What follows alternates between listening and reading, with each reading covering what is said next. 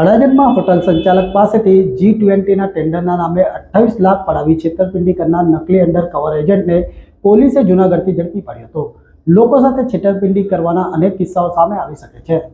નકલી undercover agent તરીકે પોતાની ઓળખ આપી સરકારી કામમાં પહોંચ હોવાનું બતાવી લોકો પાસેથી નાણાં પડાવતા ઈસમ ગોપાલ દેસાઈ ઉર્ફે ગોપાલ પટેલને આખરે જેલની હવા ખાવી પડી છે। સુરતના હોટલ સંચાલકને સરકારી કામમાં રોકાણ પેટે પહેલા 5 લાખ લઈ પરત 6 લાખ આપીને વિશ્વાસ કેળવી લીધા બાદ ગાંધીનગર G20માં ટેન્ડર નીકળ્યું હોવાનું કહીને રોકાણ પેટે ટુકડે ટુકડે 28 લાખ જેવી રકમ પડાવી લીધી હતી, જે માટે તેને પોતે કમિશન પણ લીધું હતું।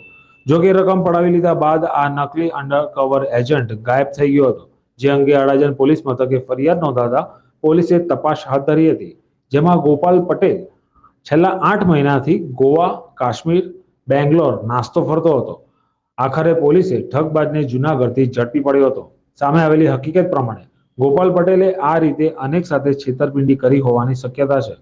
ગોપાલ પટેલને ફોટા પડાવવાનો ભારે શોખ છે અને તે નેતા, અભિનેતા, ઉચ્ચ પોલીસ અધિકારીઓ તેમજ ફૌજીઓ સાથે ફોટા પડાવી સોશિયલ મીડિયા પર પોસ્ટ કરતો હતો અને તે સાથે પોતાની ધાક અને રૂઆબ બતાવતો હતો અને તેનો ફાયદો લઈ લોકોને પોતાની નકલી પોલીસ એજન્ટ હોવાની ઓળખ આપીને અલગ અલગ સરકારી સ્કીમની લાલચ આપી પૈસા પડાવતો હોવાનું સામે આવ્યું છે। ગોપાલ પટેલ આ માટે ગાંધીનગર સચિવાલય પણ આંટા ફેરા મારી પોતાની અલગ ઓળખ બતાવતો હતો। થયેલી છેતરપિંડી અંગે અડાજણ પોલીસ સ્ટેશનમાં હોટલ સંચાલકે ફરિયાદ કરી હતી, જેના આધારે તેની ધરપકડ થઈ છે। ત્યારે ગોપાલ સામે આવા વધુ ગુના દાખલ થાય તેવી શક્યતા નકારી શકાય તેમ નથી।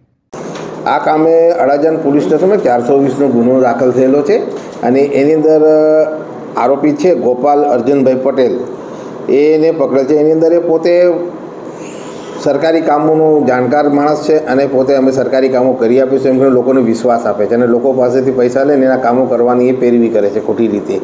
આ કામના ફરિયાદી ખરા એમના પાસેથી પહેલાં 5 લાખ રૂપિયા લીધા અને એના 6 લાખ રૂપિયા પરત કર્યા, પછી ફરીથી બીજા 5 લાખ રૂપિયા પાછા 6 લાખ રૂપિયા એને પરત કર્યા। એટલે સામેવાળા જે આ ફરિયાદી છે એને વિશ્વાસ થઈ ગયો કે આ સરકારી કામોમાં જાણકાર છે।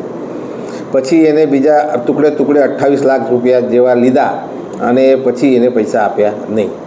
પછી એના વિરુદ્ધમાં આ કામના ફરિયાદીએ પોલીસ સ્ટેશનમાં ફરિયાદ આપેલ છે અને આધારે આ આરોપીને પકડેલ છે અને હાલમાં પોલીસ સ્ટેશનમાં એની પૂછપરછ ચાલુ છે।